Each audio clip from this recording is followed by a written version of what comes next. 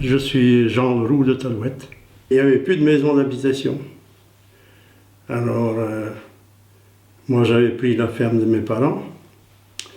Et puis, il fallait trouver un logement. Des gens du coin ici, ils avaient su ça d'une façon ou d'une autre, des voisins d'ailleurs, des copains que je connaissais très bien. Et ils me disaient comme ça, nous on a démonté une baraque américaine au Cité de Soie là-bas. Et elle est en très bon état. Mais il dit, elle est même bâchée, elle a été démontée, elle est bâchée. C'est des copains à moi de Nostan, des gens de Nostan qui, après la guerre, ils sont partis, longtemps après la guerre quand même, ils sont partis démonter des baraques à la Cité de Soie là-bas parce qu'il fallait les débarrasser. Moi j'étais à la Cité de Soie après la guerre, j'étais tout petit, je me rappelle très bien. Et puis il y avait que des cabanes là-bas, hein, et tout l'Orient était démoli pour ainsi dire, et puis avec des cabanes à Cité de Soie, je ne sais pas combien de milliers de personnes qui vivaient là-dedans, à Cité de Soie. Là. J'avais ma mère qui avait une sœur là-bas, qui habitait là-bas, dans une cabane. Et j'étais avec ma mère et mon père. On avait pris, il y avait peut-être une voiture dans la commune à ce moment-là, je me rappelle, ouais, peut-être deux. Puis ils nous avaient amenés là-bas voir la tente et puis l'oncle là-bas. Et bon, après, alors, quand j'avais su ça, il me disait, mais ça sera vendu au domaine, ça, à la vente, il faut que tu vas tel et tel jour là-bas, les gars me disaient, là. Et puis tu verras. Puis moi, je n'avais pas vu la baraque, hein. Je n'avais pas vu la baraque, je suis parti à la salle de vente, là, et puis j'ai acheté la baraque.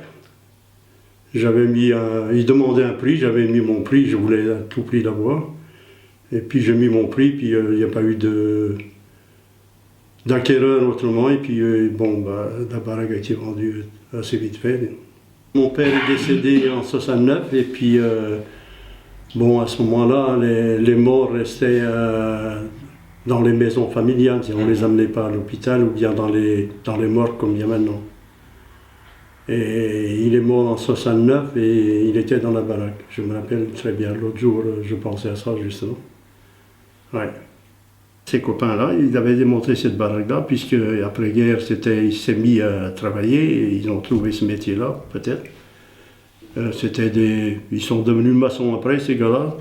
Et puis, ils avaient numéroté tous les plaques de la cabane.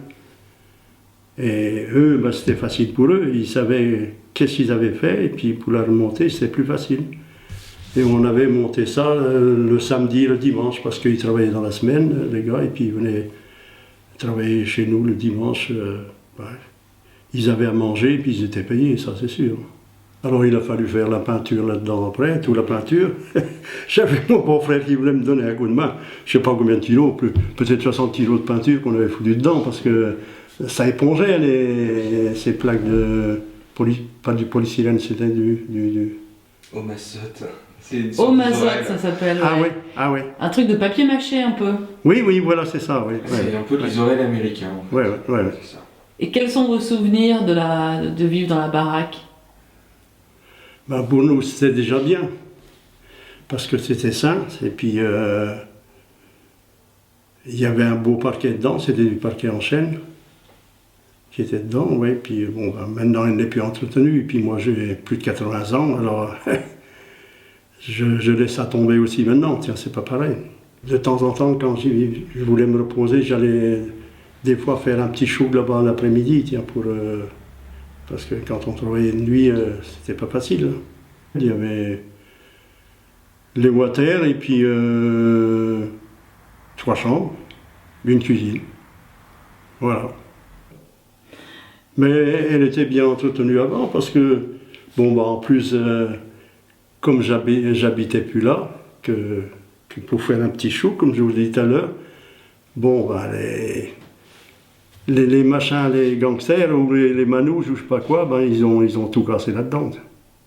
Mais tout était parti en vrac. Ils ont tout fouillé partout, tout, jusqu'au dernier moment. Là, ouais. Moi j'avais 7 ans, j'aurais pas dû être là maintenant. Hein. J'aurais dû être... J'aurais dû C'était prévu d'être tués par les Boches. On était tous alignés contre le mur, là, et puis on était bon pour passer. Hein. Oh là là. On était à 70 personnes. 70 personnes, et puis... mais il y avait quelques Russes blancs là-dedans, et puis bon, ben, ils nous ont défendus parce que les Russes blancs, ils ont commencé à tuer les Boches.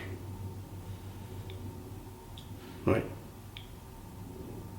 Il y avait combien? 4 Boches de tués, plus deux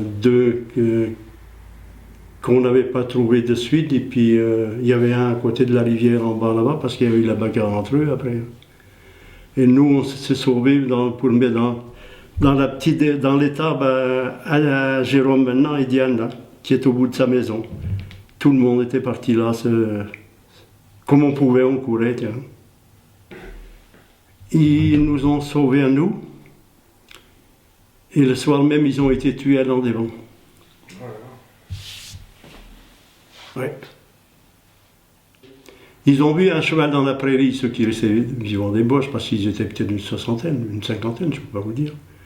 Ils avaient vu le cheval dans la prairie, là, c'était en été, comme on était au battage. Et puis ils ont demandé à qui c'était le cheval. Ben, mon père, il a voulu se sauver aussi, puis il aurait fait mieux de partir avec les gars qui étaient tués à Landévent le soir, parce que le chef d'entre eux, des Russes blancs, il leur proposait un fusil pour aller avec eux. Hey, mais où ça qu'on va, à la mort ou où?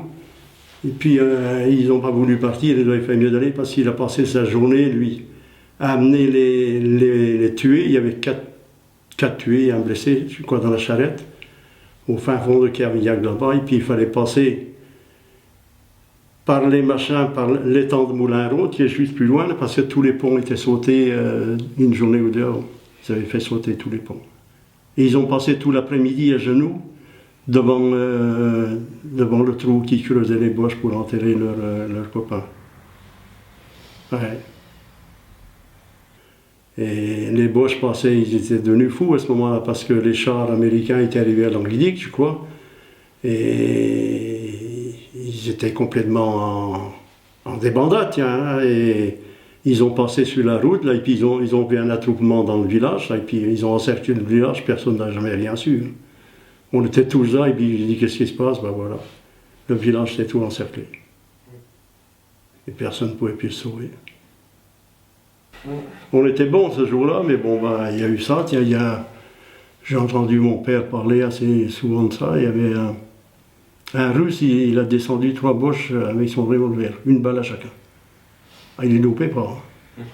C'était des Russes blancs, je crois qu'on appelait ça. À cette époque-là, je sais pas, moi je connais pas trop. Si les Russes n'étaient plus d'accord avec eux à la fin, bon ben, c'est qu'il y a eu quelque chose.